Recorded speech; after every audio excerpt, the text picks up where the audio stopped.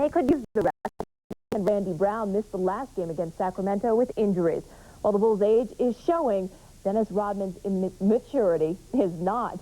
Phil Jackson talked about both subjects with Chris Myers on Up Close earlier today. This will be the last year.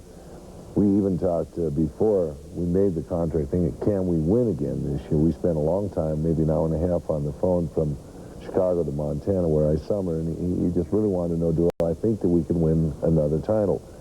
Because, you know, he felt like extending this team for another year and the age factor and all those things that will go into winning would be really putting this team under duress, and it has been. It's been a difficult year for us, but we're still out in front.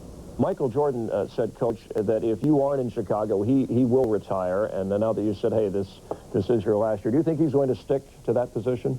He should determine his own retirement time, but, you know, Michael's the kind of guy that wants to do things his way, and he likes to have his way, and he's a willful guy.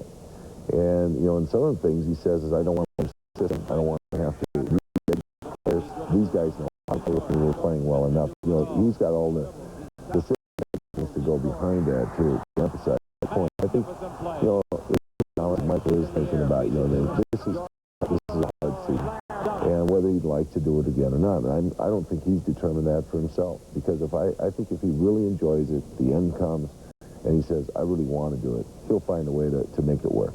For Dennis Rodman, the night before the Bulls played in late January against the Nets, he was out partying till 4 a.m., missed the shoot-around the following morning, sent home. Now, why? I've heard you at times repeatedly say, hey, none of your business, but why send him home?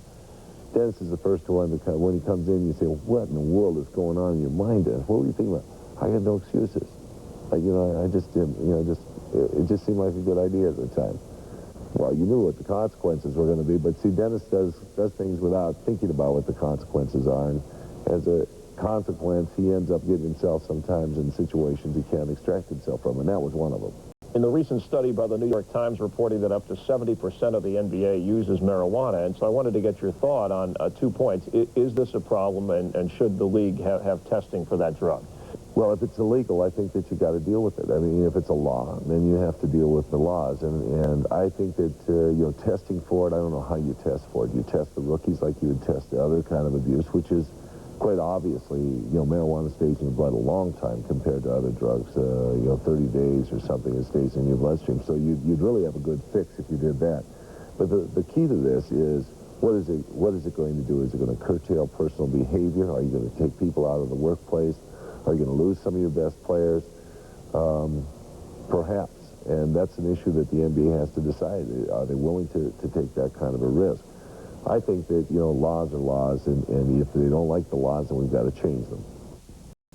Tomorrow on Up Close, Oscar De La Hoya, recovering from a wrist injury, talks about his upcoming schedule. When will he be in the ring again? Join Chris Myers